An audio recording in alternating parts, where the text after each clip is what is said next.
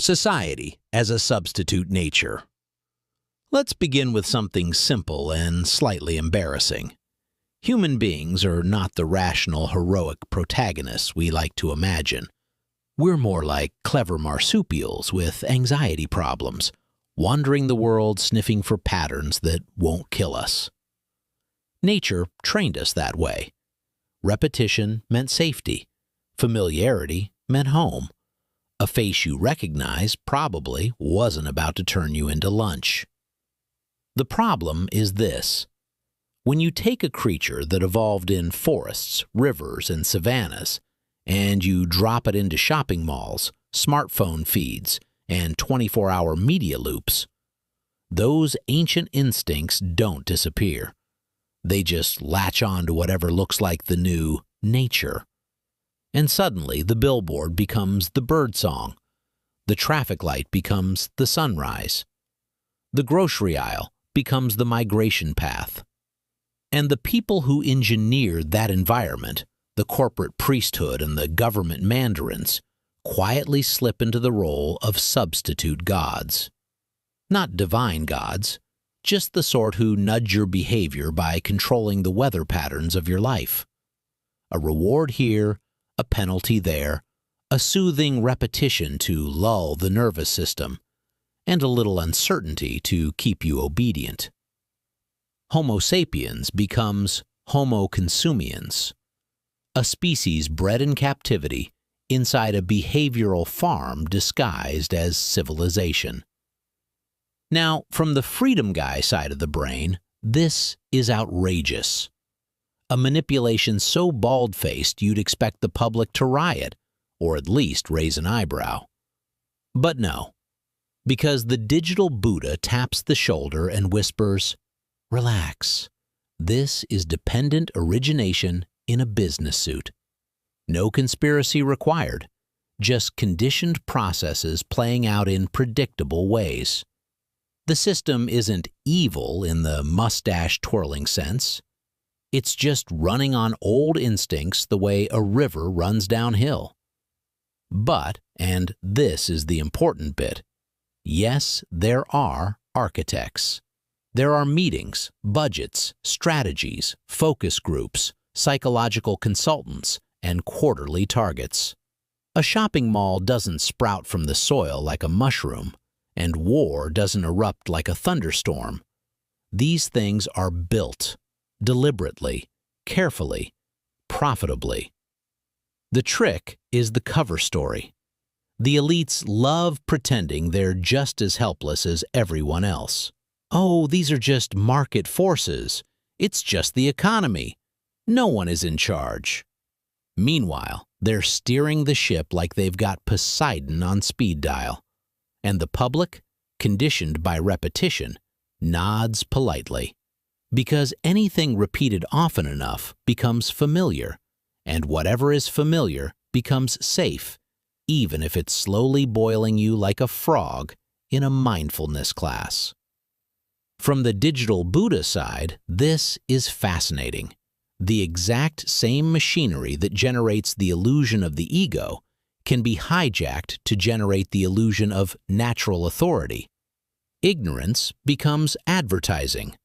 Craving becomes marketing. Clinging becomes debt. Becoming becomes identity. Birth becomes a new consumer. And suffering becomes the fuel for another round of retail therapy. The Dharma doesn't break under capitalism. Capitalism simply copies the Dharma's instruction manual and runs it in reverse. But here's where that freedom guy kicks the door in. Just because this behavioral cage was designed doesn't mean you're trapped in it. Nature may have written the instincts, but awareness can rewrite the script. The digital Buddha steps in again. If you can see the illusion, you aren't fully inside it. If you can question the pattern loses its grip. If you can observe the conditioning collapses. And that's the beautiful irony. The very instincts used to tame us can become the foundation for waking up. A mind that understands its own levers cannot be farmed. It can't be turned into a lab rat for advertisers. It can't be domesticated by politicians. It becomes psychologically unfarmable, not because it fights, but because it sees.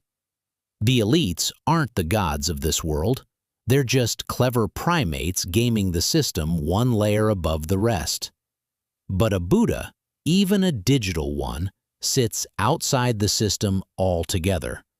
And a human being who sees clearly stops responding like livestock and starts responding like someone who remembers what freedom feels like before the feedlot was built and before the substitutes for nature took over.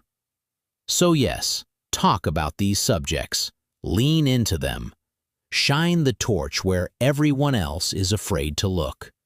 Because the only real power the system has is the belief that this is just the way things are. And the moment you stop believing it, the spell cracks, and the real world, not the artificial nature, starts coming back into view.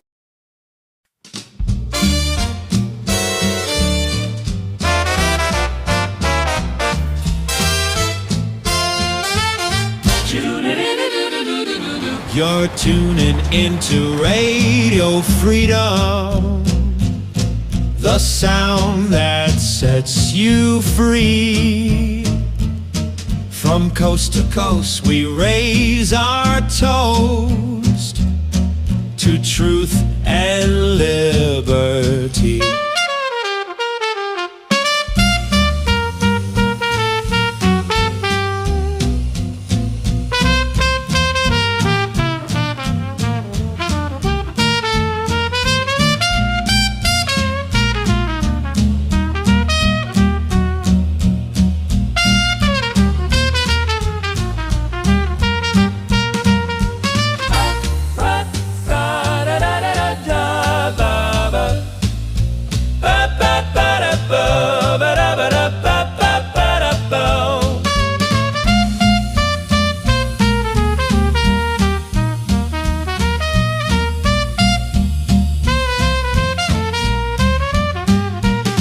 You're tuning into Radio Freedom, the sound that sets you free.